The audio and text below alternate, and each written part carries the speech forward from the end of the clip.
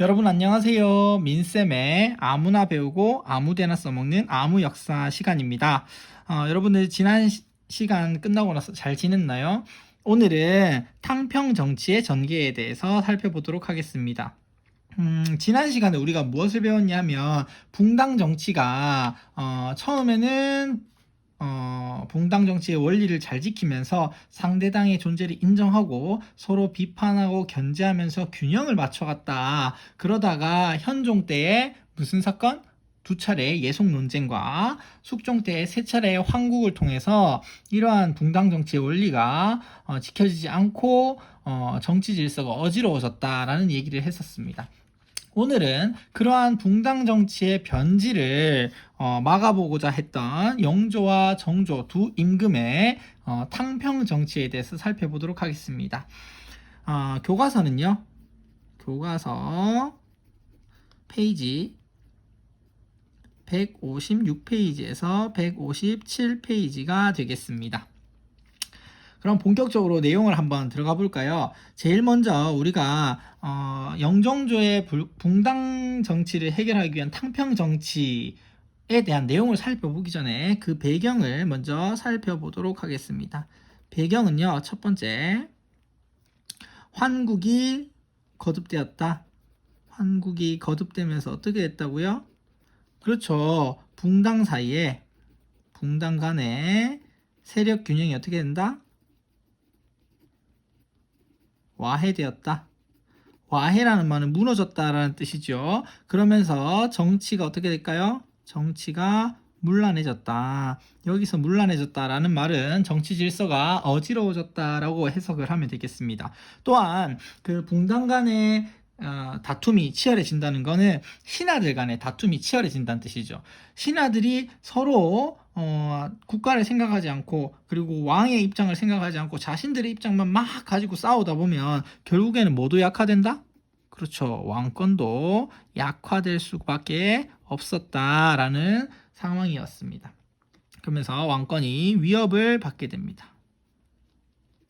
자, 이런 상황에서 두 번째, 제일 처음 탕평책을 도입했던 사람은 숙종이었습니다. 숙종이 이러면 안 되겠다.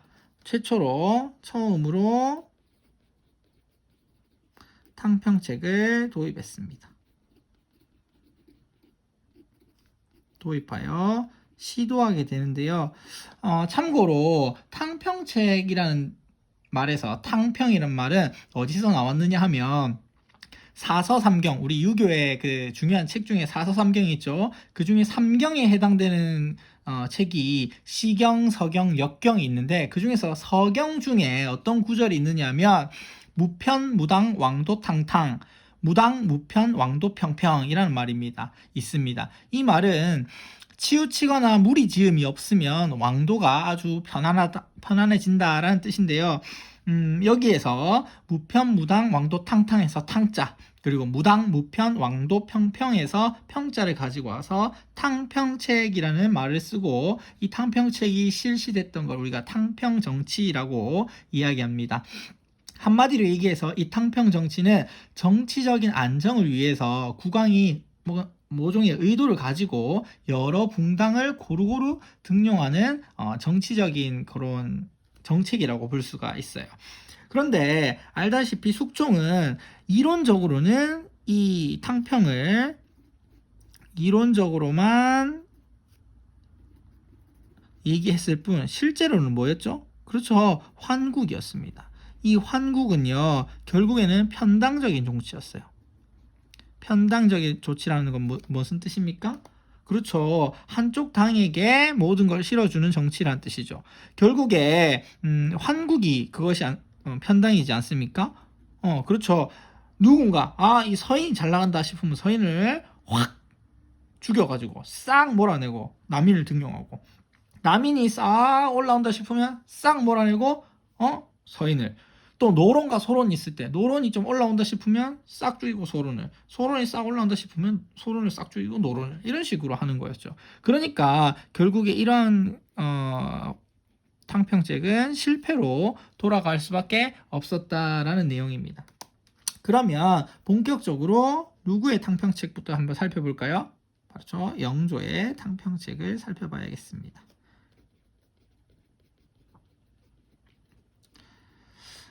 영조는요, 숙종의 아들이었는데, 원래 이제 본부인 왕비의 소생은 아니었고요. 이제 왕비의 소생 장희빈의 아들은 이제 경종이었는데, 경종이 일찍 죽고 왕세제로 책봉이 되었었던 영조가 왕위에 오르게 됩니다. 영조는 자신이 왕위에 오른 다음에 이렇게 가만히 냅두다가는 왕권이 위협받고 정치가 문란해져서 나라가 굉장히 위험해지겠구나라는 생각을 하고 탕평책을 실시하기로 마음을 먹습니다. 영조의 탕평책은 기본적으로 탕평파를 중심으로 하는 정치를 운영하는 방식이었어요. 여기서 탕평파라는 것은 영조의 탕평책을 지지하는 사람들을 탕평파라고 부릅니다. 그래서 영조의 탕평책을 지지하는 탕평파를 중심으로 정치를 운영하게 되고요. 대신에 인재를 고루 등용하는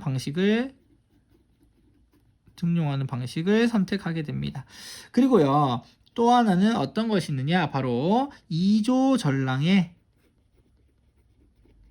권한을 약화시켰다. 이조전랑이 누굽니까? 이조전랑 기억나나요? 이조전랑, 이 사람들은 사실은 관직은 굉장히 별로 높은 관직은 아니었지만 굉장히 붕당 정치에서 중요하다 그랬어요. 왜 중요하다 그랬냐면 이 이조전랑이 자신 인사에 관련된 업무를 담당하고 있었고, 거기다가 자신들의 후임자를 천거할 수 있는 자천권을 가지고 있었기 때문이라고 이렇게 선생님이 얘기를 했었습니다. 그래서 이러한 이조전랑의 권한을 약화시킴으로써 붕당들 간에 이 이조전랑 자리를 두고 막 다투는 일을 없애려고 노력을 했었던 것이죠. 또 하나는요, 붕당의 근거지 어디일까요? 그렇죠. 서원을 대폭적으로 정리하게 됩니다.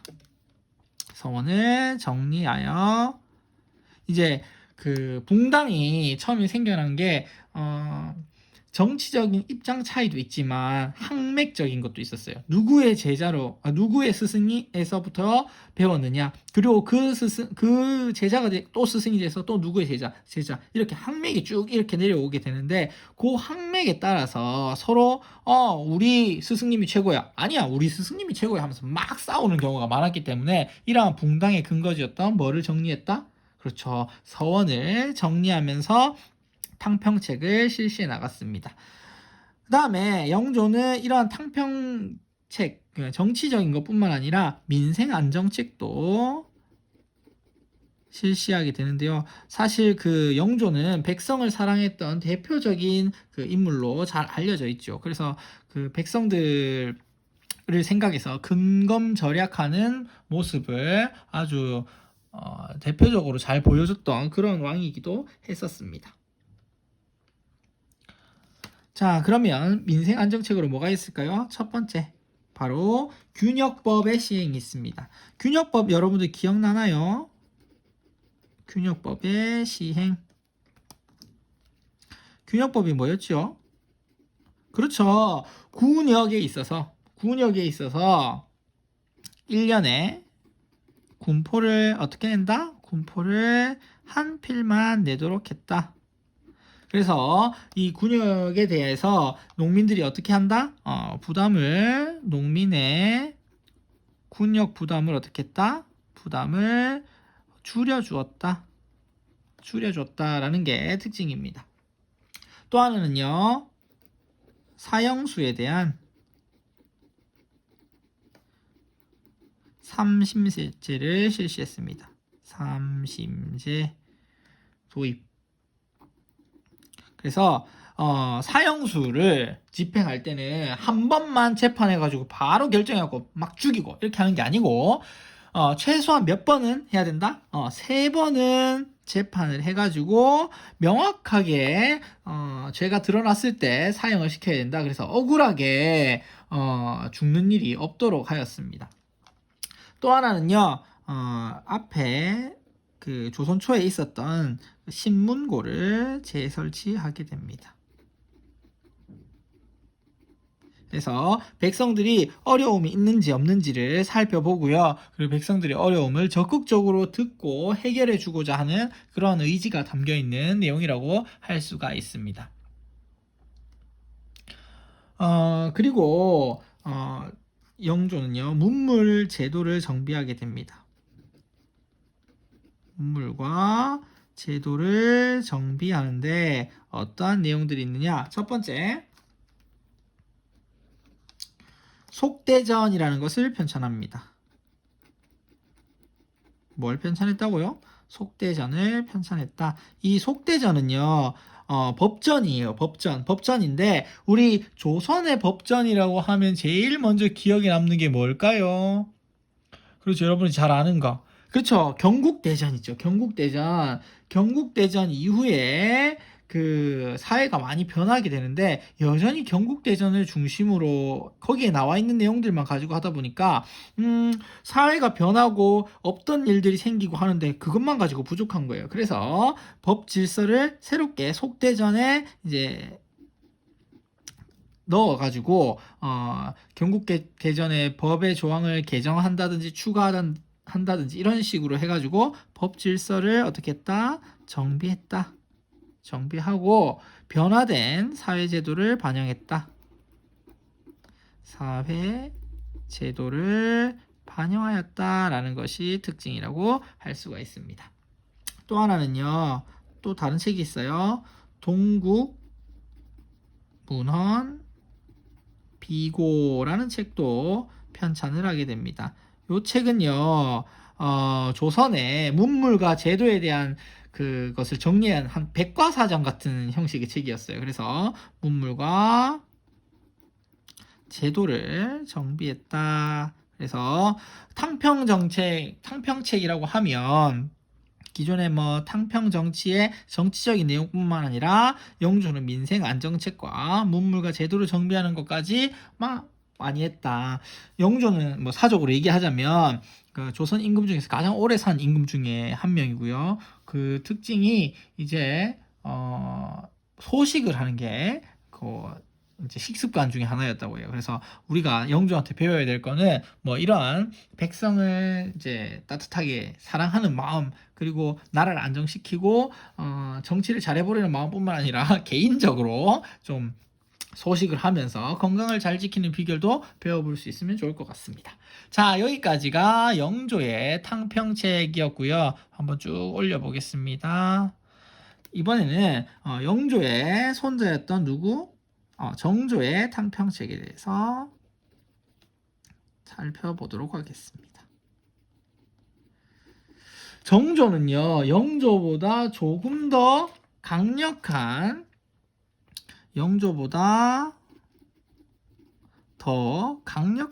탕평 정치를 실시합니다. 강력한 탕평책. 그 내용을 보면 알 수가 있는데요. 영조의 그런 정책은 우리가 파트를 좀 나눠가지고 내용이 좀 많기 때문에 나눠서 살펴보도록 하겠습니다. 먼저 정치 파트에서는요, 어떤 게 있었느냐? 소론과 남인을 적극 등용했다.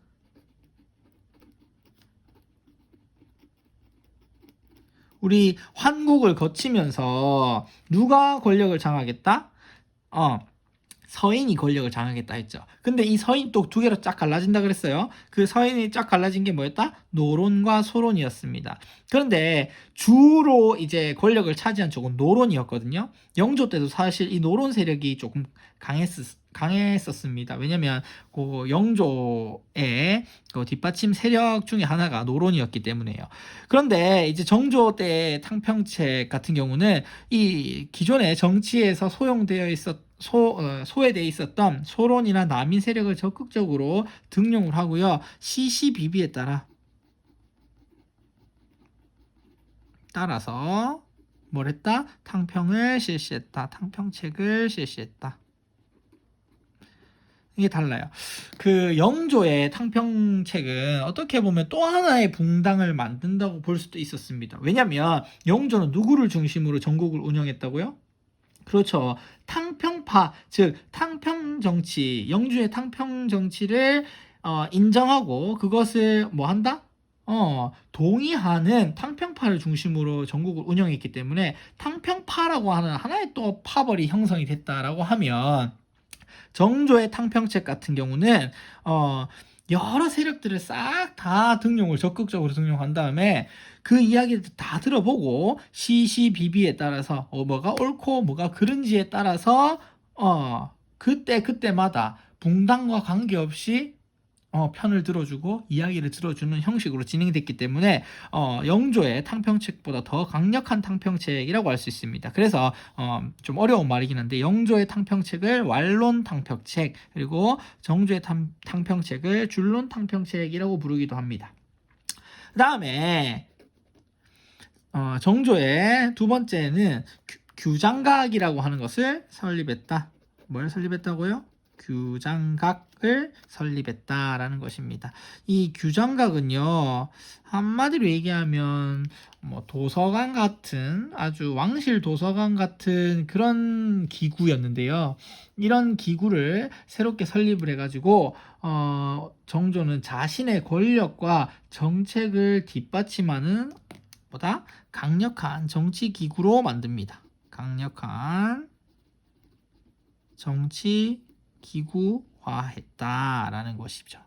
그리고 이곳에서 초계 문신제라고 해가지고 젊은 이제 학자들을 이제 뽑아가지고 이 사람들을 따로 교육을 시키는 제도가 있었어요. 그래서 이러한 제도에 따라서 이 규장각에서는요 개혁 세력, 정조의 뜻에 따르는 개혁 정치 세력을 어떻게 했다? 육성해 나가는 기능도 했었다라는 겁니다. 그 다음으로 뭐가 있었냐? 정조가 도시를 하나 세웠어요. 뭐였냐면 수원에 있는 수원화성입니다. 수원화성을 건설했어요. 그럼 정조가 무슨 건축업자나 뭐 도시 공학을 전공을 해가지고 신도시를 막 만들어야 되겠다. 아니면 막 떼부자를 해갖고 막 거기다가 사람들이 벼락부자를 만들어줘야겠다. 이런 식으로 해가지고 무슨 새로운 도시를 신도시를 만들었던 건 아니고요. 기존에 한양에 있었던 누구? 한양을 기반으로 하고 있던 노론 세력을 약화시키고 또 뭐 한다? 새로운 정치 분위기를 형성하는 이 방법 중에 하나로 수원화성을 건설을 하게 됩니다. 아무래도 한양을 중심으로 옛날부터 그 지역에 있던 노론 세력들을 조금 소외시키고 또 멀리 떨어져 있는 그 수원 화성에다가 막 이렇게 큰 도시를 만들고 거기를 계속 막 힘주어 가지고 계속 발전시키고 막 거기 정조도 자주 행차를 해 가고 12번이나 갔거든요. 그래서 그 백성들을 직접 만나고 그 의견을 또 정치에 반영하고 그 정치를 반영하는 그 곳을 수원 화성으로 정하고 이런 식으로 하면 아무래도 한양을 기반으로 하던 노론 세력들이 조금 약화시킬 수 있었고 새로운 이게 정치 분위기를 형성할 수 있었기 때문입니다. 그래서 이러한 것 바탕으로 해서 수원 화성이라고 하는 곳은 어떻게 됐다? 개혁 도시로서 성장을 해 나갈 수 있게 되었다라는 겁니다. 그 다음에 우리가 뭘 살펴봐야 했냐면 군사적인 걸 살펴봐야 해요. 군사적으로 봤을 때 정조는요 친위 부대 자신을 그 왕을 지키는 옆에 바로 가까이 있는 친위 부대 어떤 것? 장룡령이라는 것을 설치하게 됩니다. 장룡령을 설치를 해가지고 아무래도 국왕을 지키는 친위 부대가 또 하나 새로 생긴다고 하면 뭐를 강화시킬 수 있겠습니까? 왕권을 강화시킬 수 있겠죠. 그래서 장룡령을 설치를 했다. 그리고 그러니까 한양뿐만 아니라 수원에도 설치를 했던 국왕 직속 군영이었어요. 그래서 왕권 강화를 위한 군사적인 기반이었다라고 할 수가 있겠습니다. 그 다음에 사회적으로는 첫 번째 서얼에 대한 차별을 완화했다. 차별을 어떻게 했다? 완화하였다. 우리가 완화하였다. 우리가 서얼이라고 하면 서자와 얼자를 합해서 서얼이라고 부르는데 이 서얼은 어떤 사람들이냐면 예전에는 처첩 제도가 있었죠. 본처가 있고 그리고 첩이 있었어요. 이 후첩에서 낳은 아이들을 우리가 서얼이라 부르는데 서자 같은 경우는 이제 이 첩 중에서도 평민 인첩에서 이제 낳은 아이들 같은 경우는 이제 우리가 뭐라 불렀냐면 서자라고 불렀고요. 그리고 이제 노비의 자식으로 태어난 사람은 얼자라고 불렀습니다. 그래서 이들은 아버지는 이제 양반이라고 하더라도 어머니가 미천한 신분이었기 때문에 서얼로 해가지고 관직에 올라가는 게 굉장히 어렵고 이랬었는데 정조는 이러한 서얼에 대한 차별을 완화해서 능력이 있으면 서얼이라고 할지라도 뭐 할 수 있다? 자신의 능력을 펼 수 있는 정치를 할 수 있게끔 만들었던 것입니다. 그래서 이 서얼들을 규장각에 적극적으로 등용하고 하는 모습도 보이고요. 두 번째로 노비에 대한 처우를 어떻게 했다? 개선해 주었다. 라는 것도 하나의 특징이 될 수 있겠습니다. 다음으로 살펴볼 건 경제입니다. 경제는요, 자유로운 상업 활동을 보장하겠다. 이것은 무엇이냐 하면 그 당시에 시전 상인들이 가지고 있었던 한양 가장 중심에 있었던 그 상인들이 시전 상인들이거든요. 이 사람들이 가지고 있었던 금난전권이라는 게 있습니다. 금난정권이라는 게 있는데 이것을 폐지했어요. 금난정권 우리가 금지했다. 난전을 금지하는 권리라고 하는 겁니다. 난전이라고 하는 건 시전 상인 외에 길가에 막 장을 펴놓고 물건을 사고 팔고 물건을 파는 사람들을 난전이라 부르는데 시전 상인들은 이러한 난전들을 자신들이 마구 이제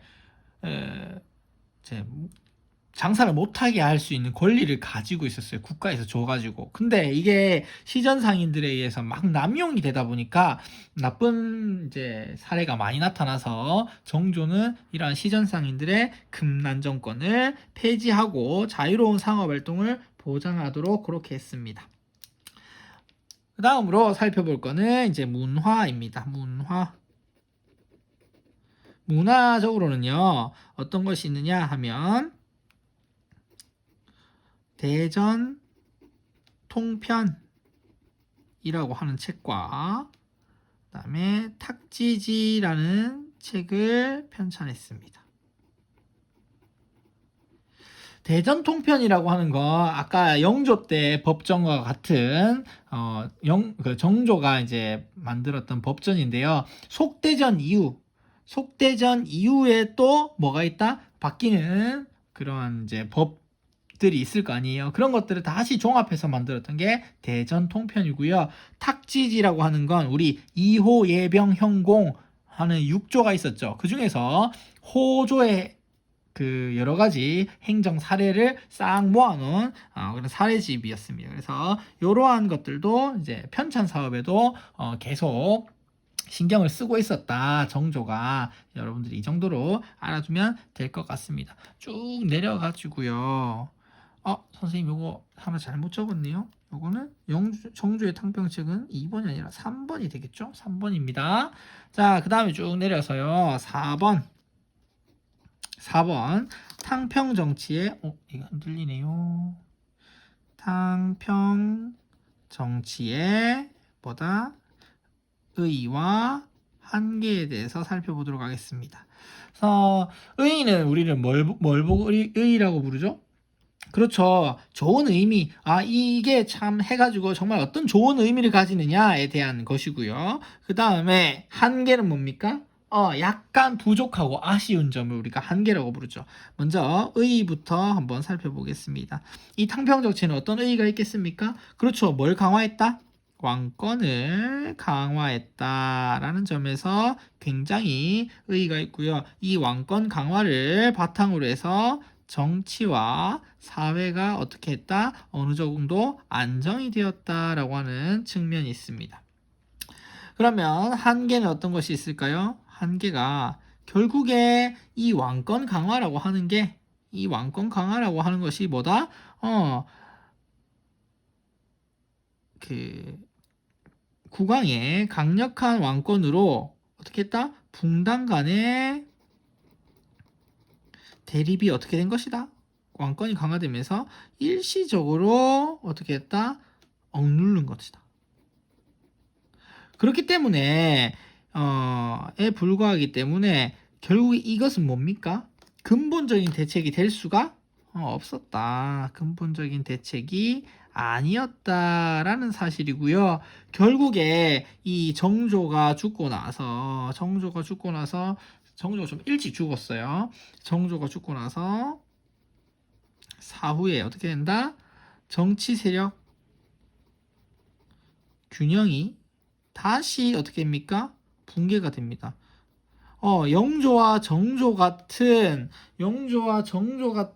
왕권이 강하고 아주 탕평 정치에 대한 의지가 강력한 사람들이 왕이었을 때는 이 신하들이 깨갱하고 있었어요. 그런데 이제 정조가 죽고 나서 정치 세력이 점점 붕괴하기 시작합니다. 그리고 잇따라서 어린 왕들이 즉위를 하게 돼요. 자, 왕들이 즉위했어요. 우리 한마디로 지금으로 얘기하면 초딩이야. 초딩들이 막 왕이 됐어. 아니 유치원생들이 막 왕이 돼가지고 막 난 뭘 해야 될지 모르겠어요. 뭐 저 어떻게 해야 돼요? 이렇게 하고 있으니까 누가 신났겠어? 그렇죠. 나이 많은 신하들. 그동안에 영조와 정조 시기에 억눌러져 있어가지고 길을 못 펴던 신하들이 뭐 한다? 완전 활기를 펴면서 자기들 마음대로 막 떡 주무르듯이 주무르겠죠. 그게 바로 뭐냐 하면 바로 세도 정치다라는 것입니다. 이후에 세도 정치가 일어날 수 있는 배경이 되었다. 그래서 우리가 오늘 살펴봤던 쭉 요 내용들을 보면요. 내용들이 많아요. 그죠? 영조와 정조의 탕평 정치가 굉장히 그 당시로서 했던 것들이 많고 모험적인 것들이 많지만 결국에는 강력한 왕권으로 일시적으로 붕당의 그런 대립을 막았다라는 데만 의의가 있기 때문에 정조 사후에 다시 붕당 간의 대립과 이제 정치 권력의 그런 균형이 깨지게 되고 결국에는 세도 정치로 이어져 갔다라는 것입니다. 자, 여러분들 이해가 되나요? 여러분들 교과서 156페이지에 보면 역사 읽기 영조의 탕평책 나와 있고 거기 탕평비라는 게 세워져 있어요. 이건 그 당시에 세웠던 탕평의 내용을 담은 비석인데요. 거기에 보면 다른 사람과 두루 친하되 편을 가르지 않는 것이 군자의 마음이요. 편을 짓기만 하고 다른 사람과 두루 친하지 못하는 것은 소인배의 사사로운 마음이다 라고 해가지고 편을 가르고 서로를 이해하지 않는 이런 사람들을 소인배라고 딱 낙인을 찍어가지고 너희 그러지 마라 이렇게 하는 훈계를 하는 그런 이제 비석의 내용이라고 할 수가 있습니다. 그래서 성균관 입구에 이러한 탕평비를 세웠다라는 것을 알 수가 있고요. 선생님이 과제로 여러분들한테 이제 부여할 건 주제 탐구에 있는 157페이지 주제 탐구에 있는 정조의 꿈이 깃든 수원화성의 내용을 읽고 그다음 밑에 있는 그 정답을 여러분들이 한번 생각해 보기를 바라겠습니다. 자, 오늘도 배운다고 고생이 많았고요. 내용들이 조금 있는데 이 내용들을 잘 자기주도 학습을 통해서 잘 정리를 하기를 바라겠습니다. 다음 시간에는요, 사회의 변화, 조선 후기 사회의 변화에 대해서 살펴보도록 하겠습니다. 여러분들 너무 고생 많았고, 다음 시간에 또 만나기로 해요. 안녕. 안녕.